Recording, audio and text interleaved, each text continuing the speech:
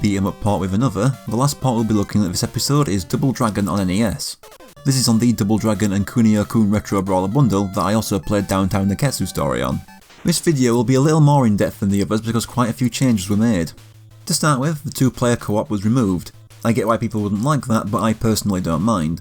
Of course, graphics had a downgrade, but it still looks fine. Every character still clearly resembles themselves. The music also had a downgrade, but half the soundtrack I actually think sounds better on NES, like the title theme. The big change to gameplay is that there's now a levelling system. After I gain 1000 points, I reach level 2, represented by the hearts in the bottom left corner. I start with just punching, kicking and a useless headbutt, but once I reach level 2 I get an uppercut to end my punching combos and a roundhouse to end my kick combos. The first level stays similar to the original, but with less enemies around in general. We also don't see any abobos until we reach the end of a level, where we go inside the building. There's a dick move where you'll get jump kicked with no time to react without already knowing it's going to happen. It leaves me falling down on this conveyor to my death. At this point I also reach level 3, which allows me to do the jump kick. Once the 2 enemies are defeated, a regular abobo replaces Jake as the final boss. I could knock him onto the conveyor to his death, but the jump kick works very well too, and gets me points. Once he's defeated and the level is done, it gets me the bronze achievement, Double Dragon Begins. Mission 2 has the same setting, but is quite a bit different than on the arcade. After a couple enemies I have to climb a fence and cross the thinnest platform possible past a pit. I also reach level 4 here, where I gain the hair pull by getting a few quick kicks in on an enemy. I can then knee them or throw them. After taking out a couple more enemies, I climb a few ladders to the top where a new boss, Chin, is waiting. He replaces Jeff, who isn't in this port at all. I just keep jump kicking him until he kills me. This game works on the same rule as Downtown Neketsu story, where you can get hit with an empty life bar as much as you want, but you won't die unless you actually get knocked over. This time I take out Chin. Mission 3 is very different. It starts out very similar, just walking through the forest. I reach level 5, which allows me to climb on top of downed enemies to punch them in the face and finish them off. It's incredibly useful for these later levels. However, I don't last long here because I let myself get stuck between 2 Williams and just get wiped out. You have only 3 lives for the entire game with no continues and nowhere to gain another. This may sound harsh, but it's not too bad once you get used to it. Or it wouldn't be too bad if it weren't for one specific moment. I make it back to mission 3 with all 3 lives. One trick is that you don't have to fight Chin. Once he appears you can start climbing back down the ladders until he's off screen. The game thinks he's dead and you finish the level. This does mean losing out on any points from fighting him though. After the first few Williams, Chin is back already as a regular enemy. He kills me and when I respawn there's 2 of him. At this point I still don't figure out the pin punch until I'm almost dead again. But there's a third after him that reduces me to an empty life bar. A little later he's jumping over a broken bridge only for a Williams to abuse the end leg on my jump to throw a knife in my face and kill me. By the time I've dealt with him I've reached level 6, which grants my favourite ability, the elbow. It's done by pressing punch when facing away from the enemy. It comes out quick and does loads of damage. It's the most damaging attack in the game. A little further, 2 abobos come out of the wall and I use my new elbow to destroy them. I then keep moving, which people familiar with this game would know is a big mistake. I eventually get worn down by more enemies and lose my last life. And the same thing happens next time. The problem is that by walking forward after the abobos, I've looped back around to the beginning of the level. I'm actually supposed to enter the cave they emerged from. To be fair to myself, I've only played the arcade original at this point where this does not happen. This level was a very long walk through the forest, so I had no reason to question it. After getting a game over at the bridge, I make it back there on my 5th attempt and enter the cave. There are stalactites falling very quickly from the ceiling that I have to dodge. I get utterly wiped out. These look hard to figure out, and they are the first time. But after a couple attempts, it just becomes clear and you get the timing and pattern down. I can't explain it, it's like you see the code in the Matrix and can now dodge them 95% of the time. But right now it's taking 3/4 of my health. Next I have to jump across these moving platforms above a pit. A reminder that jump is done using 2 buttons, giving me flashbacks to trying to play Bart vs the Space Mutants as a teenager. It's not too bad here though, and I never fell in this pit once. I then reach a door where I have to fight 2 Chins. Because movement is locked to one plane, it's easy to keep elbowing them. I then move forward and get finished off by more stalactites. Game over. I make it back there with 2 lives next time and immediately lose one of them to another stalactite. I get past them next time leading to more moving platforms and realise I've made the exact same mistake and made the level loop. Losing that last life was unnecessary. I'm supposed to go through the door the Chins enter from. After going through a load of Williamses, which can be killed from a single elbow, one manages to sneak the last hit in after throwing dynamite in my face. I get back there with all my lives this time and take them all out. I've also reached level 7, which gives me a more powerful roundhouse I will never use. I then have to drop down below, avoiding some boulders, and then jump over some more pits only to get killed by some more stalactites. That wasn't necessary though, as I could have just kept walking forward and gone under them. I get past them next time to fight Jake, finally making his first appearance. Elbow spam wins. Then another turns up and the same strategy works. I enter the hole the first Jake came through to find that this mission does at least keep the same disproportionate length as the original mission 3. There are a load of platforms separated by ladders and many holes spawning Linders.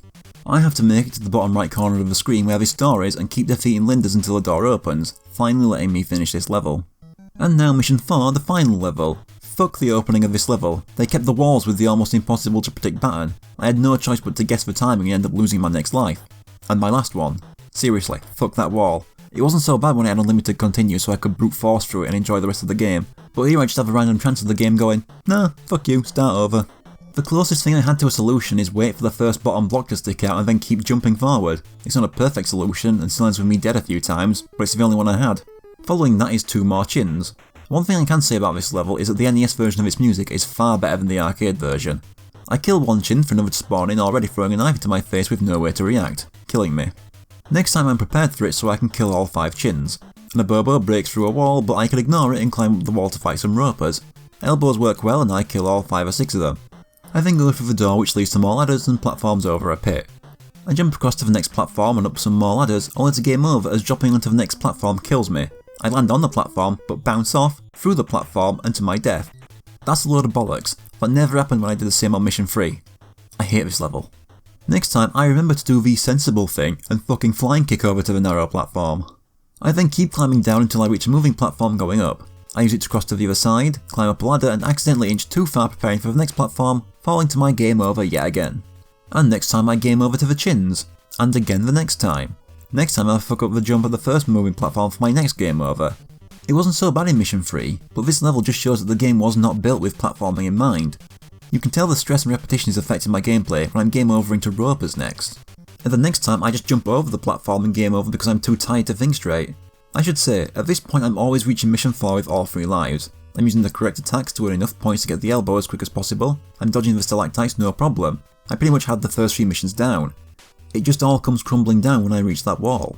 Next time I finally make all those jumps across the moving platforms and reach the top.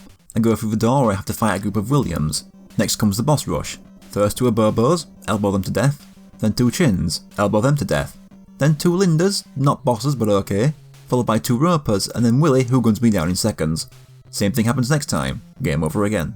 You can tell how much that deflates me when my next attempt fails at mission 3. But next time I reach the boss rush with all 3 lives. First life is lost to Willy again, as is the second. But the third time I manage to grab his hair and keep kicking. He doesn't get another hit in and I finish him off. But then comes the shadow boss, Jimmy Lee.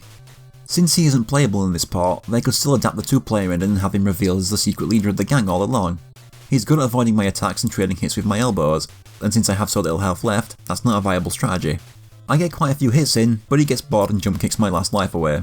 Next attempt is lost to the chins, then to Willy once again, but next time I get there with 2 lives left, one of which I lose since I have barely any health left. Since I'm checkpointed at Jimmy with full health, I just go mental, throwing out every kick and elbow I can. With full health, he isn't so hard and I finish him off with an elbow to the face. This gets the gold achievement, Unexpected Ending. I free Marion, who actually looks like she's been living a life of luxury this whole time with a nice room and a cat. Considering how a 2-player run of the arcade version goes, I wonder if they really wanted to hint at some darker goings on all along. I'm then unceremoniously dumped back at the title screen. Just got Mode B to deal with now. This is a shitty fighting minigame. You have 6 characters to choose from: Billy, Williams, Roper, Linda, Chin and the Bobo. This isn't fun, it's just a fight with a single enemy stretched out over a much longer period of time, so let's just get this over with.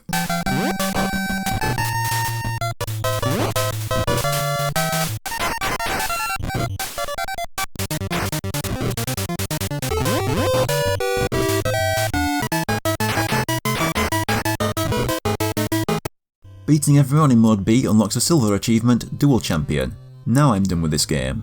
Based on the first 3 missions of this part, I was going to rank this above the arcade version. They really trimmed the fat while keeping things fair but challenging and still fun.